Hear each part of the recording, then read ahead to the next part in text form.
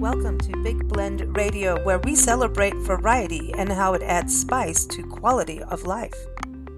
Welcome to Big Blend Radio, everyone. Today, I'm very excited to have Josh Silver join us. He is the author of the book, Ending Redlining, through a community-centered reform of the Community Reinvestment Act. We're going to ask him a little bit about that. If you haven't heard about the Community Reinvestment Act, it started back in the mid-'70s, and we're going to talk about what he thinks needs to happen to have a reform of it so that the banking works for everyone. And also, it really gets down to the community, I believe. You can go to the website endredline.com. You can also keep up with Josh at Josh Silver at Substack. All of those links are in the episode notes. But first, welcome, Josh. How are you doing? Well, thank you. I'm doing fine, and thank you for having me. Well, I'm excited to have you on here, and I want to kind of start at the beginning for those who don't know what we're talking about, because I think sometimes, when you get into legislation and you're talking about banking and finance, we start to see the sea of fine print. So I like to bring things down to my level of, can we make this fine print easy, please? I like big letters, big words. Like big words in that they're big in size, not like and so I just want to understand a little bit more. So let's start with what the act is and how it got started, because I think history is always important in these things too. Sure. I'll give you the quick pitch. Community Reinvestment Act, Congress passed it in 1977, Senator William Proxmire. And it was a reaction against discrimination against neighborhoods. And starting in the 1930s, the federal government, combined with the private sector, they developed maps that delineate neighborhoods by risk of lending. And the neighborhoods that were considered the riskiest were color-coded red. And the neighborhoods that were considered very fruitful for lending were color-coded green. Disproportionately, the neighborhoods colored red were communities of color.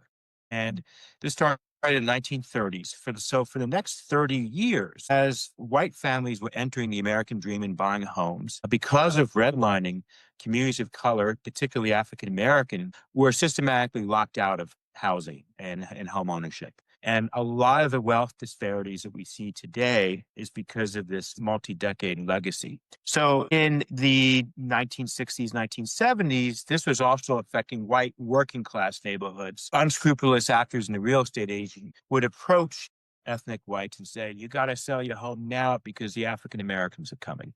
And this was known as blockbusting. And the real estate agents would jack up the prices of the homes to the African Americans. So there was some advocacy in Chicago. The mother of CRA is known as Gelson Kopp. And she established a brilliant multiracial coalition. And they thought if they could just get banks back in the neighborhood making responsible loans, a lot of this unscrupulous, abusive behavior would hopefully stop. And so the Community Reinvestment Act imposes an affirmative obligation on banks to serve all communities, including low and moderate income communities. That's the law. And the way this law is implemented is 3 federal agencies, including the Federal Reserve Board, which most people are most familiar with. They actually examine banks and give them a report card and a grade, if you will. Imagine if you're a student in high school and college and your report card goes on the internet. You'd probably work a little harder. And for banks, that means making more loans and investments in low and moderate income neighborhoods. And this public accountability has increased safe and sound home lending, small business lending, other types of loans and investments. And the communities can get involved. Anyone can comment on a CRA exam, and that has influenced the grading. And anyone can comment when banks are merging or want to, combine. And that has also increased lending, that process as well. So that's why I say it has to be community-centered. The communities themselves need to be involved in the process. So in a nutshell, that's what all this is about. Yeah, it's so important, yet at the same time, things have changed since the 70s. I know that you've been in this, 3 decades, right? And we've looked at what happened in 2008. We've seen all these different changes, even if you go back to how even September 11th, that changed economics a lot in the world, right? In our country. But when you look at things changing in regards to the internet, online banking, we're actually seeing banks pull out of neighborhoods now. It's like, here's your ATM machine, maybe, and so we're seeing that kind of thing. As we travel the country full time, like we really we live in communities and all kinds, all different classes, all different places. And I love that part because it's not just the talking heads on TV telling me what's going on. We can actually see, is there an actual community feel? And a lot of times you see housing developments go up and it's maybe the housing development having a community, but not necessarily what it used to be. That's why we're big proponents of having downtowns, but they need to be inclusive for everyone, like downtowns that have like a heart and soul, like the historic buildings, that kind of thing. But again, has to be inclusive. Where are we in the banking world now with the internet, online banking, and which is great, but it's not quite there yet, I don't think. How do we handle So all this is an important question because you have a law passed in 1977, and the first big revision to the regulations occurred in 1995. The regulations basically describe how the CRA exams are going to work. What are they going to measure, like home lending, small business lending? There's a little more to it than that, but what do the exams look like, and what are they going to measure? The 1995 reforms were good, but fast forward to the year 2023, for example, in 1995, there was barely the internet. In 2023, as you say, there is a good amount of lending through the internet, still a good amount through branches, but more and more increasing through the internet. So how do you take that into account on CRA exams? Through 1995, through about now, the CRA exams focus on lending around bank branches. But the 2023, the federal agencies updated the regulation to take into account internet lending. So what that means is, suppose there's a bank making a lot of loans in Kansas City, but it doesn't have a branch there. The 2023 regulatory reform would say you got to also look at Kansas City and rate it on the CRA exam. That was the Biden era regulatory reform. But elections have consequences, and the Trump administration has announced it's in the process of repealing the Biden regulatory update. So we're going to go back to the 1995 regulation, which I don't think is sustainable. They did a good job in 1995, but you got to take into account things like internet lending and other changes in the banking industry over the last 30 years in order to keep the law effective and to keep the momentum going in terms of lending in modest income communities. So this is interesting too, because I also know I did a interview regarding Vitalik, who's in Bitcoin and all of that cryptocurrency, and watched a documentary of how that opened the door for those who feel very underserved. And it's, like you're saying, it can be really, blue collar Americans, it could be, anyone of all classes that just are not being served by their financial institutions. If you're an artist, you're not getting a loan because you're a foofy artist or something like that kind of thing, right? And so they found that using cryptocurrency and all of that was an opening for them. And yet at the other side of that, this whole cryptocurrency thing is kind of, it's got a lot of positives, but there's some really serious things happening just in that not even the government's able to track as much. I know the FBI is working on it, but things like nuclear weapons are being traded through this. I know North Korea is part of that. So when we look at this is now, okay, if the banks aren't taking care of me, I'm going to go there. Isn't that something that should be looked at as well in regards to equality of banking, that we need to look at that people don't always just jump into this new thing that they may not even understand the dangers of? That's a very good question. Earlier, when I talked about the law itself, the CRA statute, it imposes an affirmative obligation to lend in all communities, including low and moderate income ones, consistent with safety and soundness. And that phrase, consistent with safety and soundness, is very, very important. And the years leading up to the financial crisis, for example, there was a lot of abusive lending. And some critics of CRA said, oh, CRA is forcing the banks to make bad loans to low and moderate income people. It turns out there was some very careful research done by the Federal Reserve. It was not the banks. The banks' loans were safe and sound and were performing. The loans that were disproportionately going to foreclosure were those made by independent mortgage companies not covered by CRA. What my comment is leading up to is really an urging to apply CRA obligations broadly throughout the financial industry. I think there's a chance, if mortgage companies had been covered by CRA in the years leading up to the financial crisis, we may not have had the financial crisis. And this goes to cryptocurrency as well. A lot of this quote unquote shadow banking done outside of the regulatory structures for banks can be unsafe and unsound. And I think cryptocurrency is very untested. You can read Nobel laureate economist Paul Krugman, who doesn't get it himself and thinks it's just used for money laundering. And so for the artists out there, I would say before you go into cryptocurrency, so one, apply CRA broadly throughout the financial industry. And two, if you're an artist or a small business person, try to use traditional banks first because they have a CRA obligation. And more likely you're going to get a product that's safer and sounder. Some artists are small business people, and lending to small businesses is very important under CRA. So try approaching traditional banks. There's also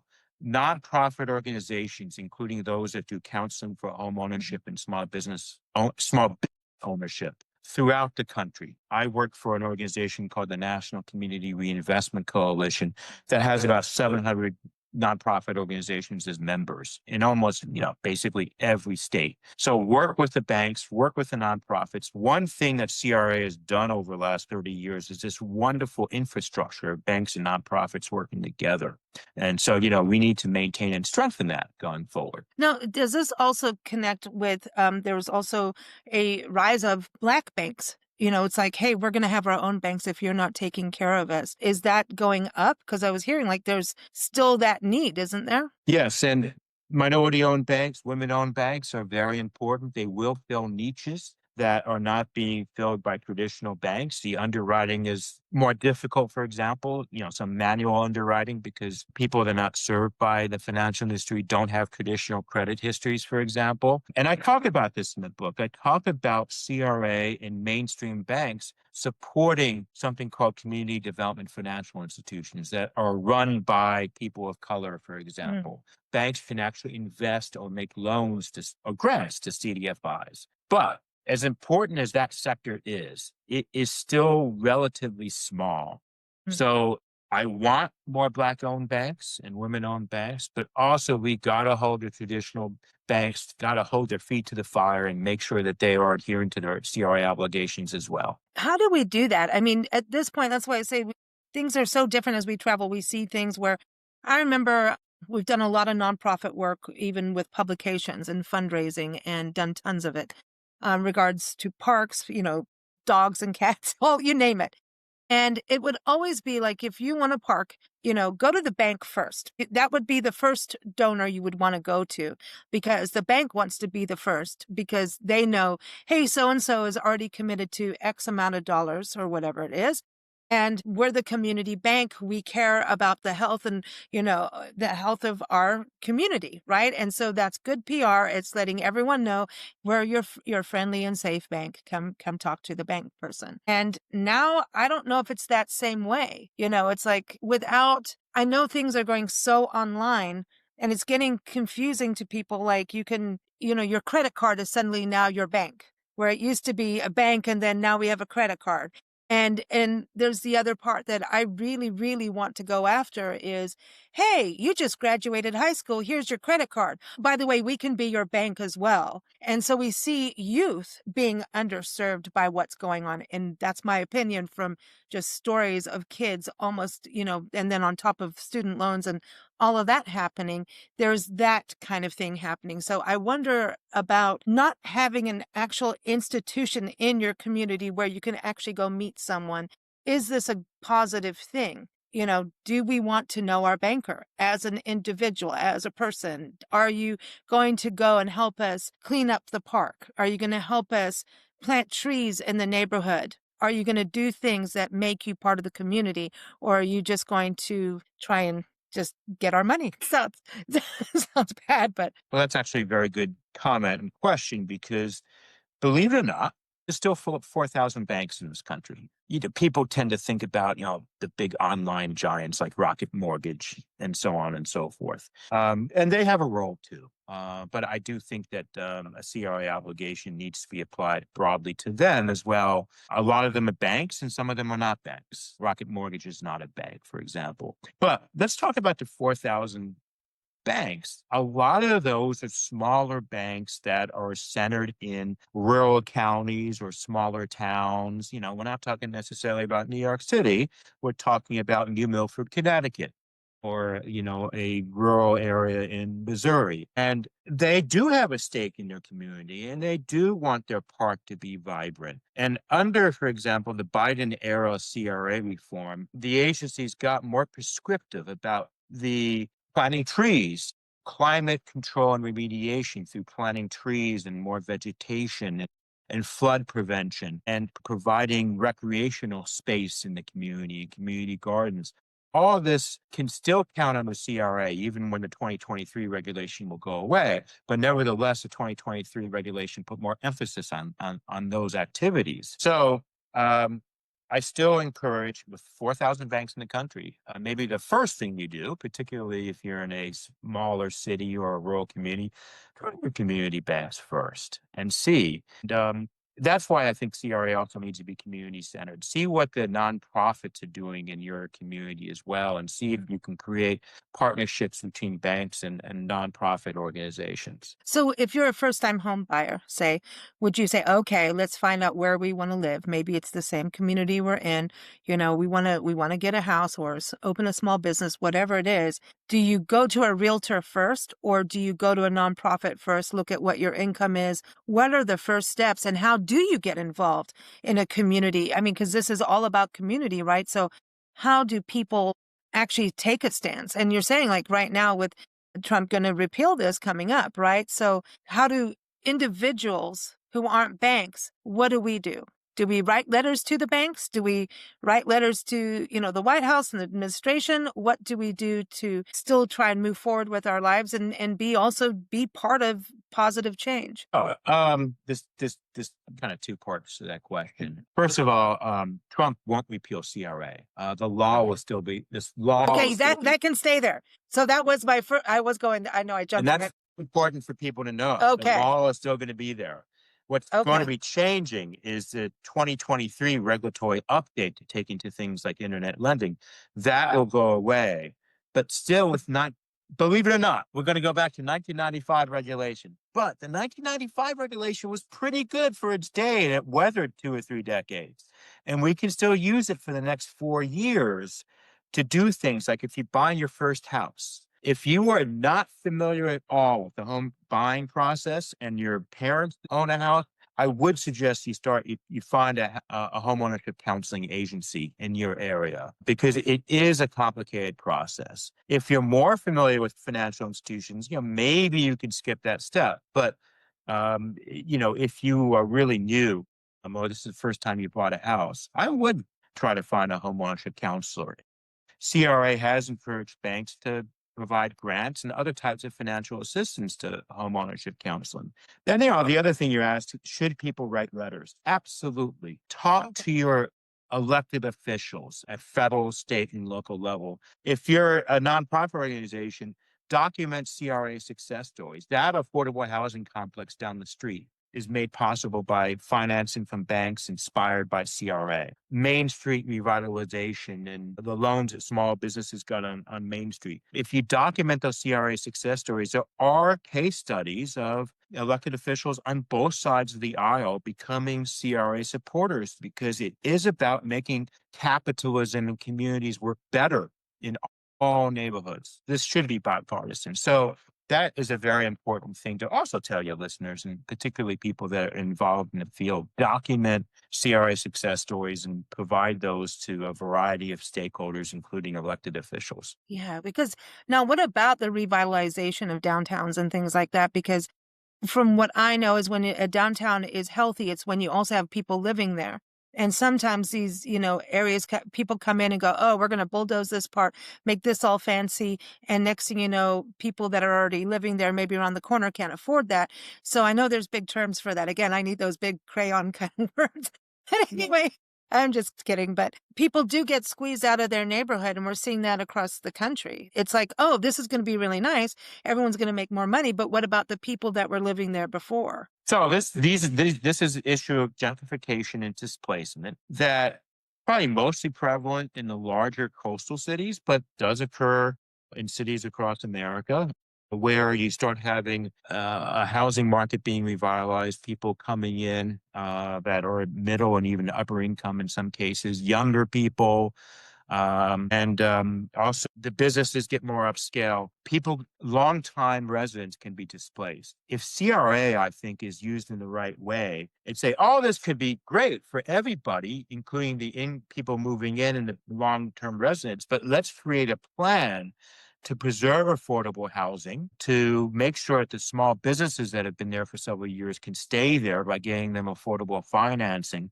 Let's literally create a plan between nonprofit organizations, community organizations, the city agencies, and the private sector and the banks. And there are case studies around the country, the best types of development that has minimized displacement are those that involve community residents and their organizations, and make sure that housing stock and storefronts for small businesses are preserved. Yeah, this is really fascinating to me because I love this idea of working with CRA, but making it go according to your individual community, because every community is different and has a different makeup and a different strength and a different weakness.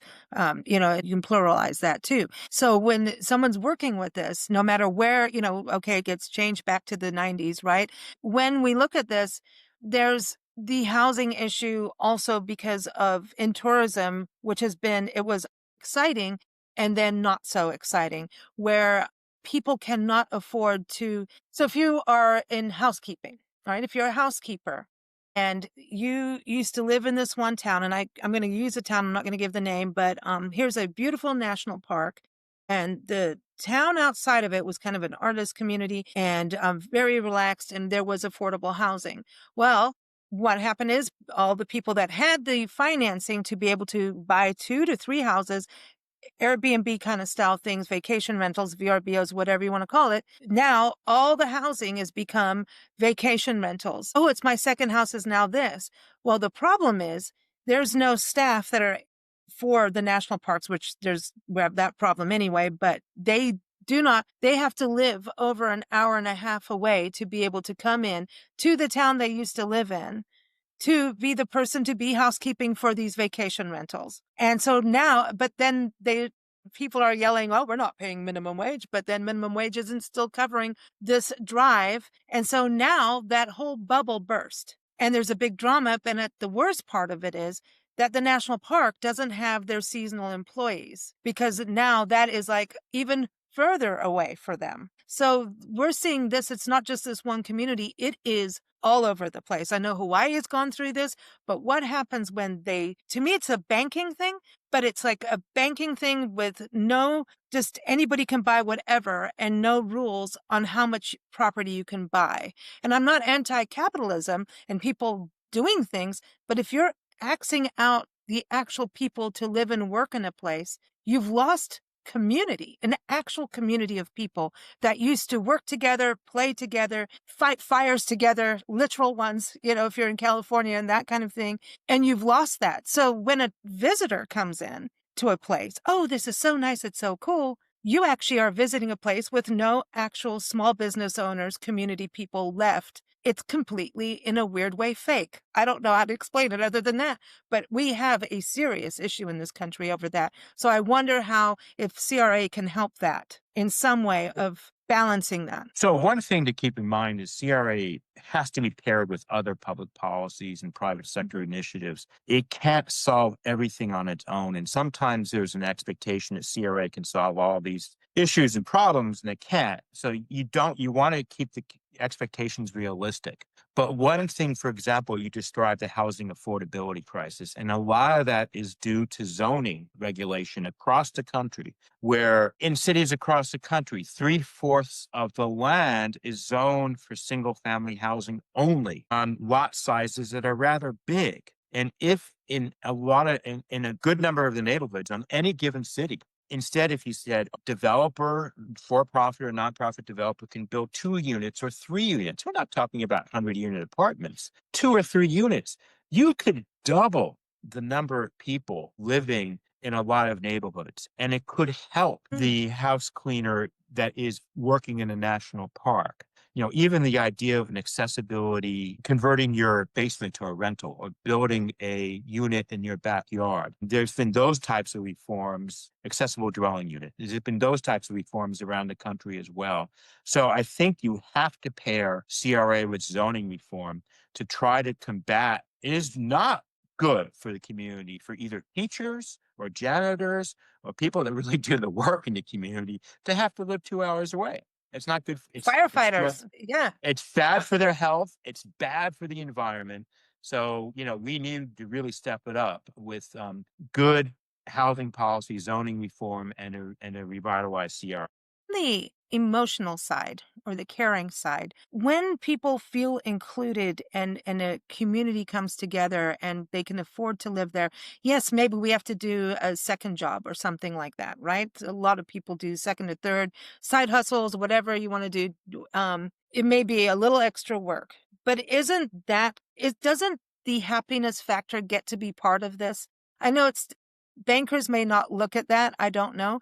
But there's a happiness factor that actually becomes something national. People are happy and living, they have a home, their sense of pride, their sense of community through that. So what I was talking about with this other community, you've pretty much lost it. It's just become a bank account of people coming in and out. It's not, and as a visitor, you feel that. It's not like, oh, go up the road and see Joe, Yeah, he'll help you with your car. You've got a flat tire, he'll help you. He's got the best prices. You don't have to wait for 10 years. Well, we're losing that. And so I think financially, if we do not have the happy factor, the community factor, we're going to actually lose money at the end of the day. I think that's right. I think the workforce that is not happy is stressed. And stress creates all sorts of health problems. There's a literature about how racism also creates a lot of stress. But even if in an example, there's not racism, and people would just have to go 2 hours every day to commute, or 3 hours, that creates stresses and is unhealthy. Well, how do you quantify that? One way you quantify that is a workforce that is less stressful is more productive and will be more efficient, and your economy will work better. So, that doesn't get formalized into underwriting, but social science can document this and can encourage policies that promote shorter commuting, more economic as well as race integration, people living closer to work. So through study and research and disseminating these results, hopefully we promote public policies that create a more rational and happy environment for people. And that's, one reason I wrote this book about CRA. It is aimed at preserving communities, preserving integration, and ultimately giving people a chance, a quality of life. I talk about a single mother in chapter 1 in a neighborhood that was formerly redlined, and now she's a homeowner, and she can accumulate literally hundreds of thousands of dollars in equity over the years. And that's the life chances that CRA can provide. And I do have another case study on the opposite, somebody that experienced lead poisoning because they lived in housing stock that was not invested in. And this individual in Baltimore it was a tragedy, and I'll let people read about it. So to hook them to read the book, but connecting CRA to really life outcomes is an important thing to think about. So with nonprofits, we should look at in the communities, working with nonprofits that you would think may not always be the typical ones. That with this, it's not always a banking nonprofit or a financial institution. We need to look at the actual betterment of community and everyone working together and pulling their strengths to make this work and to make CRA work in the future from now. So look at greening nonprofits like Bethesda Green in Maryland.